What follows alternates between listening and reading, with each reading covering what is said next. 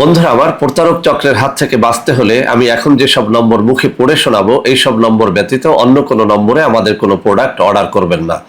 01825554466, 01825554455, 01788746430, 09647450450। আসসালামু আলাইকুম রহমতুল্লাহি ওবরাকাতুহ। বিসমিল্লাহির রহমানির রহিম।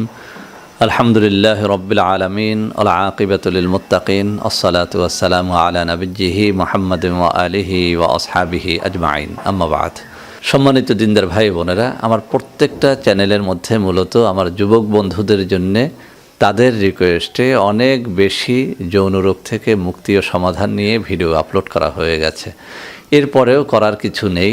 দৈনিকই যে সমস্ত ভিডিও আমি আপলোড করি, প্রত্যেকটা ভিডিওর নিচে আপনারাও লক্ষ্য করে দেখবেন প্রচুর প্রচুর কমেন্ট আসে যে স্যার কীভাবে আমার লিঙ্গটাকে শক্ত রাখবো। কেউ কেউ কমেন্ট করেন যে স্যার স্ত্রীর কাছে গেলেই এই লিঙ্গ নুয়ে পড়ে, কিভাবে এটাকে দীর্ঘ সময় পর্যন্ত দাঁড় করিয়ে রাখবো। কেউ কেউ বলেন যে বীর্যটা খুব দ্রুত বেরিয়ে যায়, কিভাবে বীর্যটাকে স্তম্ভন করব বা ধরে রাখবো। তো এই সব রিকোয়েস্ট পেতে পেতে আমার কিন্তু প্রতি সপ্তাহেই কিছু ভিডিও যৌন রোগ থেকে মুক্তির জন্য আপলোড করা হয়ে যাচ্ছে। তো বন্ধুরা আমার, যাই হোক, কমেন্ট যেগুলোর উপরে বেশি পাবো মূলত সেই জিনিসগুলোই আমি দিব। আপনার চ্যানেল থাকলে আপনিও সেটাই করতেন। তো বন্ধুরা আমার, আজকে আমি আমার বেশ কিছু তরুণ ও যুবক বন্ধুদের রিকোয়েস্টে অত্যন্ত চমৎকার একটা ভিডিও নিয়ে হাজির হয়েছি। বন্ধুরা আমার, আজ আমি আলোচনা করব খুব সহজেই আপনি আপনার এই যে নুয়ে পড়া লিঙ্গকে দাঁড় করিয়ে রাখবেন, দীর্ঘ সময় পর্যন্ত খাড়া রাখবেন বা শক্ত রাখবেন।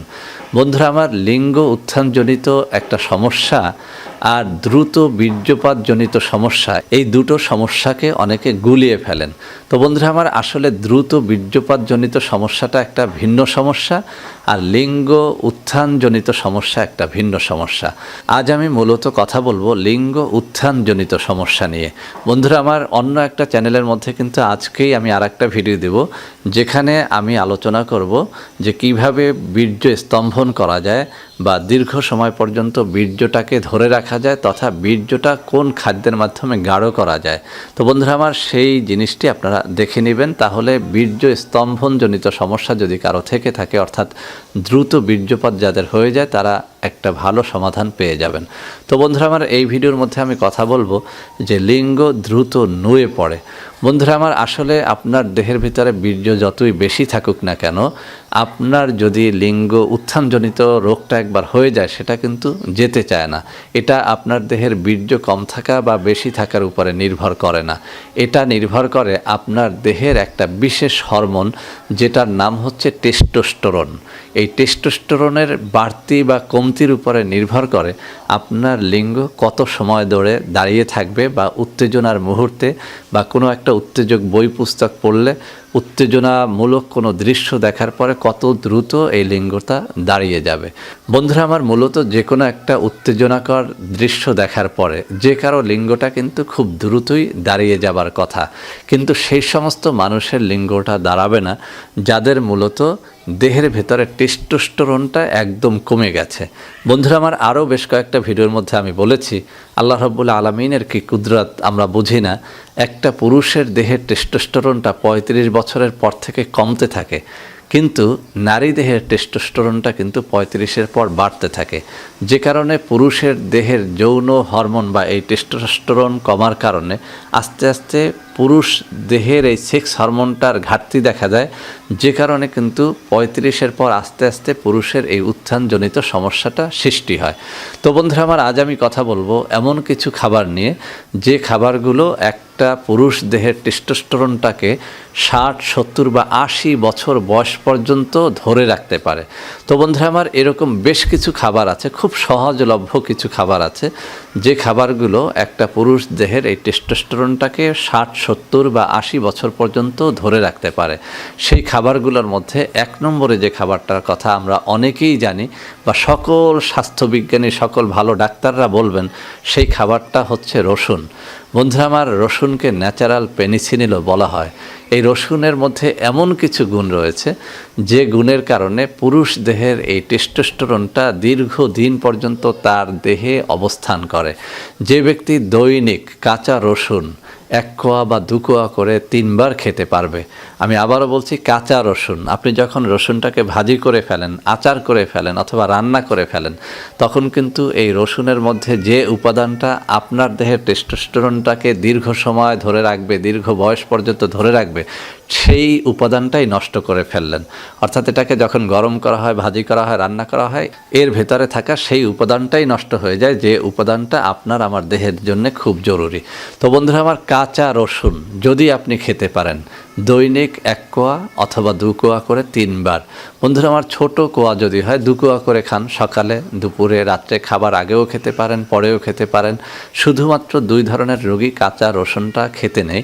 একটা হচ্ছে যাদের পিত্তে সমস্যা, অর্থাৎ যাদের পায়খানার কালারটা অত্যন্ত বেশি হলুদ বর্ণের হয়ে থাকে, আপনি ধরে নিতে পারেন যে আপনার পিত্তে গোলমাল থাকতে পারে।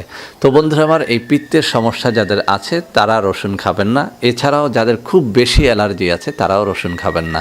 এছাড়া কিন্তু সবাই রসুন খেতে পারেন। তো বন্ধুরা আমার, এভাবে একটা অভ্যাস করে দেখেন, এই রসুন যে কাজটা করে, আপনার দেহের ভেতরে টেস্টোস্টেরনটাকে বাড়িয়ে দেয়। আর টেস্টোস্টেরনের কাজ হচ্ছে লিঙ্গের ভেতরে রক্ত সঞ্চালনটা বৃদ্ধি করে দেওয়া। কোনো অবস্থাতেই কিন্তু লিঙ্গ আপনার দাঁড়াতে পারে না যতক্ষণ পর্যন্ত না লিঙ্গের ভেতরে থাকা শিরা, উপশিরা তথা রগগুলোর মধ্যে রক্ত সঞ্চালিত হয় বা রক্ত প্রবাহিত হয়। তো বন্ধুরা আমার, এই যে রসুন, অনেকেই বলে থাকেন যে রসুন খেলে রক্ত পাতলা হয়ে যায়। আসলে পাতলা হয় না, রসুন খেলে রক্ত সঞ্চালনটা বৃদ্ধি পায়, দেহের সমস্ত জায়গায় রসুন রক্তটাকে পৌঁছে দেয়। তো বন্ধুরা আমার, রসুন খেয়ে দেখেন, আপনার লিঙ্গ উত্থানজনিত সমস্যা থাকলে ইনশাআল্লাহ সেটা কেটে যাবে।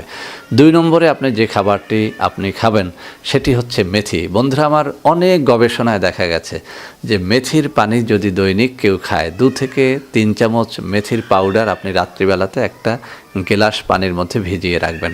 সকালবেলাতে পেট যদি ভালো থাকে, আপনি মেথির পাউডার এবং পানি উভয়টা খেয়ে ফেলেন। যদি পেট ভালো না থাকে, শুধুমাত্র পানিটা খান।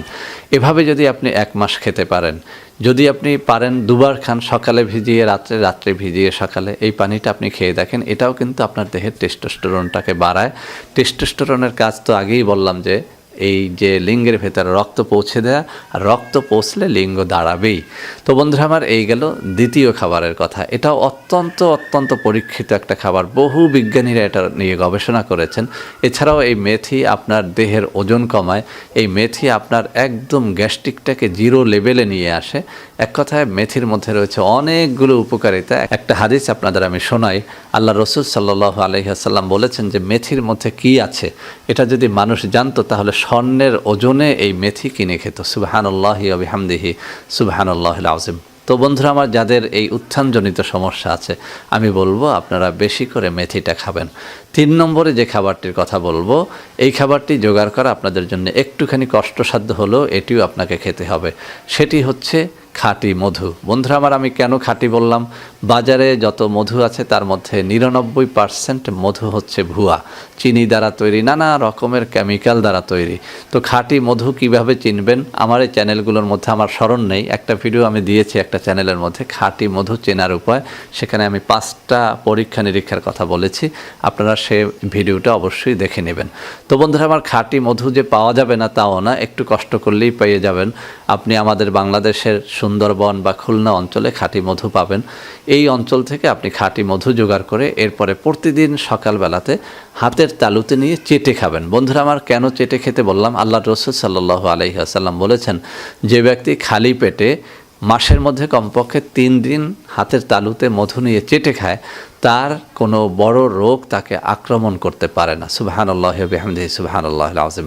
তো বন্ধুরা আমার, এই মধুটা আপনি খালি পেটে হাতের তালুতে নিয়ে চেটে খান। এটাও কিন্তু আপনার দেহের ভেতরে থাকা টেস্টোস্টেরনটাকে বাড়িয়ে দেয়। আর টেস্টোস্টেরন আপনার যৌন হরমোনটা বা সেক্স হরমোনটাকে বাড়িয়ে দেয়। আর আপনার লিঙ্গের ভিতরে রক্ত সঞ্চালনটা যখন বাড়ে, তখন কিন্তু আপনার লিঙ্গ উত্থান হয়, শক্ত হয়, দীর্ঘ সময় পর্যন্ত শক্ত থাকে।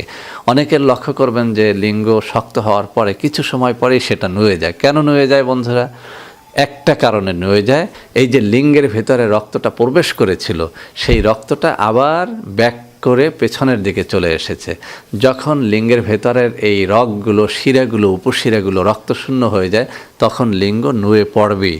তো বন্ধুরা আমার, এই রক্ত রক্ত সঞ্চালন বাড়ানো ছাড়া দীর্ঘ মিলনে দীর্ঘ সময় পর্যন্ত এই লিঙ্গ বাবাজিকে শক্ত রাখার অন্য কোনো উপায় কেউ পৃথিবীতে দেখাতে পারেনি, পারবেও না। তো বন্ধুরা আমার, এই 3টা খাবার, আরও অনেক খাবার আছে, আমি বিভিন্ন ভিডিওর মধ্যে আলোচনা করেছি, আপনারা সেটা দেখে নেবেন। তবে আপনারা অনেকেই রিকোয়েস্ট করেছিলেন একদম সহজলভ্য কোনো খাবারের মাধ্যমে লিঙ্গ উত্থানজনিত সমস্যা দূর করা যাবে কিনা, তাদের জন্যই আজকের এই ভিডিওটি তৈরি করা। বন্ধুরা আমার, এই ভিডিওটির মাধ্যমে উপকৃত হলে অবশ্যই আমার জন্য দোয়া করবেন। বন্ধুরা আমার নাম দিয়ে অনেক প্রতারকেরা অনেকগুলো ভুয়া চ্যানেল খুলেছে, সেই চ্যানেলগুলো থেকে আপনারা অবশ্যই সাবধানতা অবলম্বন করবেন। বন্ধুরা আমার, আজকের ভিডিওটি ভালো লাগলে লাইক করবেন, কমেন্ট করবেন, শেয়ার করবেন, আমাদের চ্যানেলগুলোকে ভালোবেসে সাবস্ক্রাইব করবেন। আল্লাহ হাফেজ। আসসালামু আলাইকুম ওয়া রাহমাতুল্লাহি ওয়া বারাকাতুহু।